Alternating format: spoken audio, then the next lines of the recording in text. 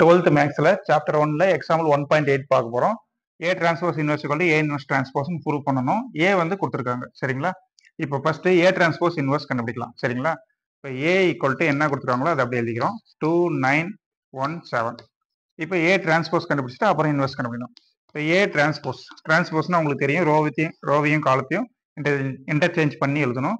29 இது 29 எழுதிங்க, 17 இது 17 வெட்டிக்கலா எழுதிக்கிறீங்க சரி. ஏ டிரான்ஸ்போஸ் கண்டுபிடிச்சிட்டோம். ஏ டிரான்ஸ்போஸ் இன்வெர்ஸ் கண்டுபிடிக்கணும். இப்போ ஏ டிரான்ஸ்போஸ் இன்வெர்ஸ் ஃபார்முலா தெரியும், 1 by determinant A transpose into adjoint A transpose. ஓகேங்களா?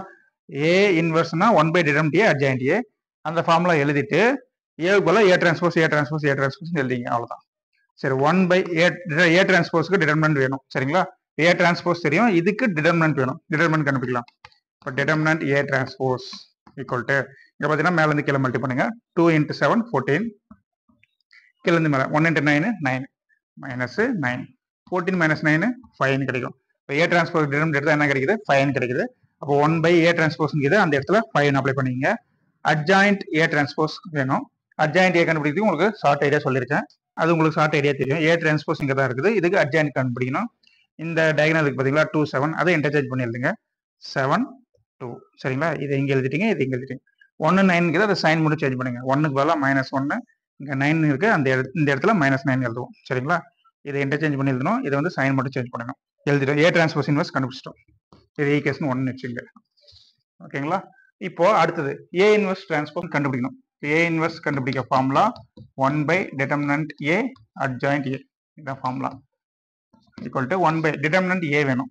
ஏ என்னன்னு தெரியும், determinant ஏ ஈக்குவல் டு மேல இருந்து கீழே மல்டி பண்ணுங்க. 2 into 7 14 மைனஸ் 1 into 9 என்ன வரும்? 9. 14 minus 9 அதே 5 தான். determinant ஏ வந்து 5. இங்க அப்ளை பண்ணுங்க. 1 by 5 அட்ஜாயிண்ட் ஏ எழுதணும். ஏவுக்கு அட்ஜாயிண்ட் ஏ கண்டுபிடிக்கணும். அதே சேம் மெத்தட் தான். 2வும் 7ஐயும் இன்டர்சேஞ்ச் பண்ணுங்க. 7 2ன்னு எழுதிக்கலாம். இதை சைன் மட்டும் சேஞ்ச் பண்ணுங்க. -9 இங்க -1. ஓகேங்களா? இது இப்போ ஏ இன்வெர்ஸ் கண்டுபிடிச்சிட்டோம். இப்போ ரைட் ஹேண்ட் சைடு பார்த்தீங்கன்னா ஏ இன்வெர்ஸ்க்கு டிரான்ஸ்போஸ் எடுக்க சொல்றாங்க. டிரான்ஸ்போஸ் எடுங்க. அப்போ ஏ இன்வெர்ஸ் பவர்ல டிரான்ஸ்போஸ் 1 by 5 அப்படியே எழுதிங்க. டிரான்ஸ்போஸ் எடுக்கணும், உங்களுக்கே தெரியும். 7 -1 இருக்குது, 7 -1 எழுதிங்க. -9 2 இருக்குது, -9 2 எழுதிங்க. ஓகேங்களா? இது ஈக்குவேஷன் 2ன்னு வச்சுங்க. 1 and 2 கம்பேர் பண்ணுங்க. 1ல என்ன இருக்கு? 1 by 5 1 by 5, 7 -1 -9 2 அதே தான் இருக்குது சரிங்களா? இப்போ ஃப்ரம் 1 and 2 என்ன எழுதலாம்? ஏ transpose inverse equal to A inverse transpose. சரிங்களா? ஒரு பாக்ஸ் போட்டுங்க. ஸ்டெப்ஸ் பார்த்தீங்கன்னா ரொம்ப ஈஸியாக இருக்கும் ஸ்டெப்ஸ். இந்த ஸ்டெப்ஸ் அப்படியே பார்த்துங்க, படிச்சுங்க. இதே மாதிரி எழுதுங்க. Bye students.